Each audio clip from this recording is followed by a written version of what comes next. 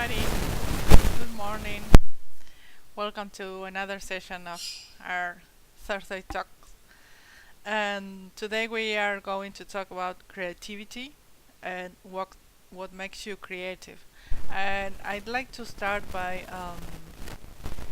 making some assumptions or some things I've been thinking about creativity, because sometimes you can talk about imagination, and you can also talk about creativity, innovation. What are the differences, and similarities about them? And so I was thinking you can consider imagination as if we were to compare them as a staircase. You have different steps. The first one would be imagination, is the thinking process. That's my opinion. In fact, there's no proof, evidence that this is the way to talk about creativity, but I think first you have the thinking part, or the thinking process, where you can call it imagination. It's the first step of the staircase. And the second one, when you take that ideas you are generating into action, that's called creativity. That's what I call creativity. So it involves taking action, making something physical. For example, a prototype, or creating an idea, but planning how it's gonna be rolled out. So the last step would be innovation. That's where you take it to scale, a larger scale, and you start, for example, building a lot of products. If you have a prototype, you start building in a massive way. Just to clarify and make a distinction between the three steps. There are other authors that call another way creativity. There's just called the whole process creativity. Some others say no, you have only two steps. Well, that's just the way I figure out for myself, to explain it to myself. So I hope you like it, and it also serves to you when you are facilitating or helping others to be more creative. So, well, first of all, I just wanted to introduce you creativity, or the things we are going to talk about today in this way. And right now I wanted to make a little test for you to know if you are creative. So it's very simple. You don't have to write anything, as long as you have three fingers on any one of your hands. You can answer these questions, and just note or take your fingers when you have two or three, or the answers we're going to talk to. You will choose now. So just count, and that's it. Well, first of all, the first question for you to know if you are a creative person: do you have a neurology? I mean, do you have a nervous system? I guess everybody, if you are here, it's because you have a neurology. So that the first would be a yes, right? The first one is yes. Then the second one is, are you a person? I guess you are a person, so maybe two yeses. Now, are you breathing? You are a living person. Perfect. Then you are already creative. That's the only thing you need to know for creativity, to know if you are a creative person or not. So many times I find people, when I deliver creativity workshops, or when I talk about creativity, and they say, I'm not creative at all, I don't know what you're talking about. I'm an engineer, or I'm a physicist, or I'm a physician, or whatever they are. It is their area of profession. Most people think they are not creative, and that's a complete lie they're telling themselves, because we are all creative. We have the innate capacity of creativity. of creating things or imagining things, and then we have the also the innate capacity to roll out an action plan to do something to make it real. So we all have the capacity. Maybe you don't have the skills yet. Maybe you have to learn some things to start creating something. But if you're a person, if your three answers were yeses, then you are already creative. So that's all you need to know actually to start creating. And sometimes we don't realize we are creative until someone tells us, or we I don't know, we understand in a different way. We have a different perspective to know that we are actually wired to be creative. And I am also talking from a side of having delivered so many trainings about creativity. And I actually do nothing because I just facilitate for people to learn and to understand they are already creative. So there's I just tell them a few lines or a few guides to do things, and they start creating on their own. So I would say also self-organization, that may be a topic for another time, um, is also innate in us. We can create whatever we want to. As I said before, maybe you don't know how to do it, but I can assure you you have the capacity. So maybe you will have to learn some other skills, of course, but you can do it. That's the thing. And it's starting to be more clear even now for me as I am starting learning to sing. And that's something I had never done in my whole life. I thought I was a complete mess. I didn't actually like my voice, and I'm just 1 month learning. I have a great professor, of course, a great facilitator for my learning, so I understood that we can all do it with the right training, with the right mentor, with the right coach, let's say. Um, you just have to start and find someone who has already done that and can help you figure out the things you may be missing, or the techniques or the things you need.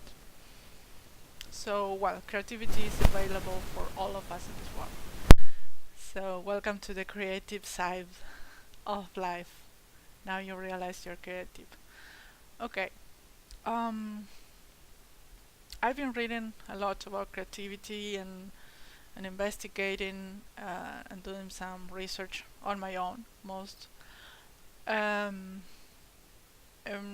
One author I like the most is De Bono, maybe because it's the one I'm reading right now. I have several books from him. Um, I have also set apart three things I want to talk about today that he states as an author in his books.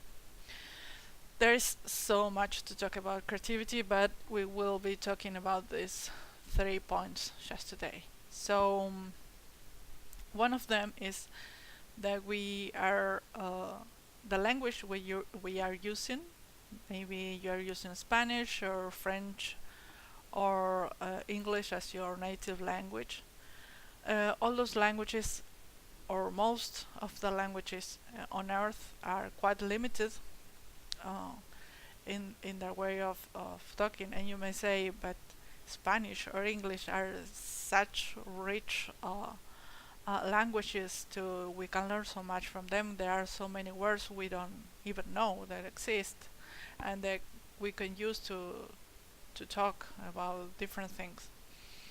And even in that way, he talks about. Mr. De Bono talks about languages as very limited because we think in our maternal or in our native language mostly. So when you think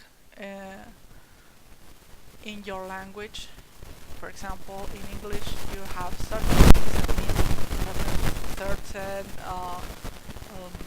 I would say, they have some relationships, and you can also have some acceptions. Different meanings for the same word. So for different people, this may mean different things. and that's a limitation of language. Um, he, for example, Mr. Dobono talks about uh, an Eskimo tribe that has uh, specific words even for saying very very deep and specific things of their life. For example, there is a word they have for saying I like you, but I wouldn't go fishing with you, or I like you, but I won't have a dinner with you and my family. So that's very when I read that I was astonished because I thought, well, that's quite different from the language we have.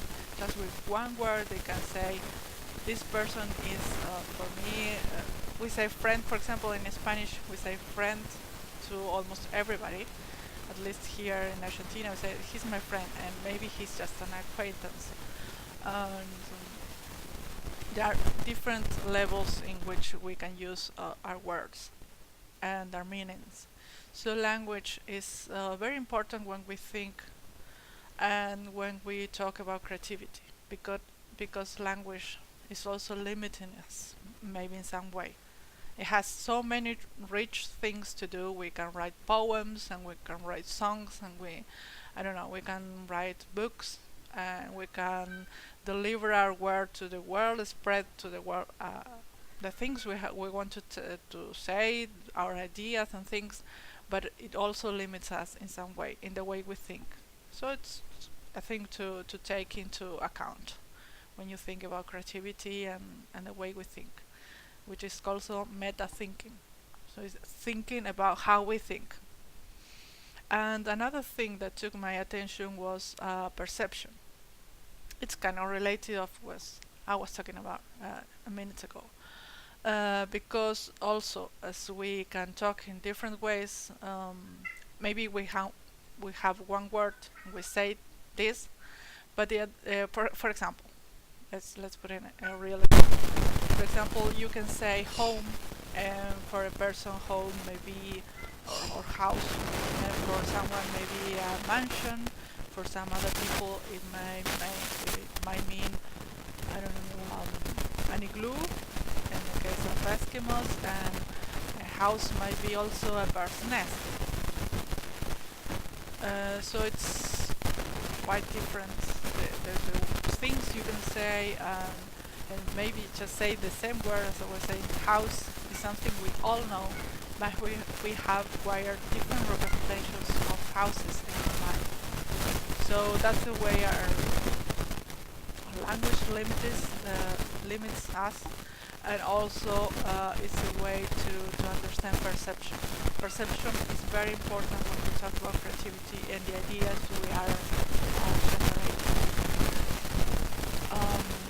Because different perceptions can see, you can see different things from different aspects or perspectives, or you can understand things from different angles, let's say, of the same situation. And that's very important, especially when you solve problems, to take into account that creativity and perception, especially, may act in it may be used, of course, for good, but it also has the dark side of maybe creating conflict or misunderstanding with the people we are working with. So it's something to take into account. And maybe perception even is more important than language itself, we could say. Yeah. And the other thing, we are only going to talk about three things. The first one was language. Now we'll talk about perception, and the third one is humor. And I was kind of astonished when I kind of surprised when I read about humor, because I had never considered the possibility of humor to be part of, in this case, lateral thinking, the Bono promotes. And the thing he explained is that humor is, for example, when you make a joke or you hear a joke, it always takes something out of context, and then you can understand the show. Or maybe it's not actually a joke, but you can also understand things when children are creative. For example, the other day I was on the subway and there were two kids that were chatting between them, and it was so funny because one was saying, well, next station is this, and the next station is that, and next station is, for example, Sarmiento, next station is Once, and that kind of thing. And the other one was repeating. The other one was a little one. The smaller child was repeating it and saying all the things that his brother was telling. And in one of the stations, he said, oh, next one is station Sarmiento. And station in Spanish means also season. Estación. Estación means it could be translated in English into season or station. So as he was repeating the stations that were coming, once the brother says, next one is station Sarmiento, blah blah, it has a lot of words. And the other one got a bit lost, so he said next station, or next season, he said winter. So I laughed, and I thought that's kind of creative, because he took the current word that was estación out of context, and he took it to the seasonal state. And well, that's actually how we create things. Sometimes for humor, we take things out of context. We maybe use some other acception of the word, and that's how he could create that. And it was a little kid. And I said, we lose some of this. We think we lose some of our creativity when we grow old or go through education, school, that kind of thing. But actually we don't. We have the innate capacity to create. We are already wired to create and to be imaginative and to think and to also actually take action and be able to create new things for us, for other people, and for the world.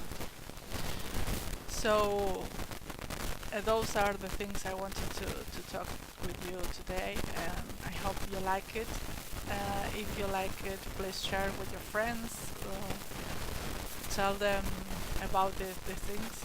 We will continue to talk about these topics I like to talk about, which are creativity, thinking, and also learning. They are all interrelated, and I think we have all the great capacity to improve and to also create new things that will help ourselves, others, and why not the whole world to be a better place.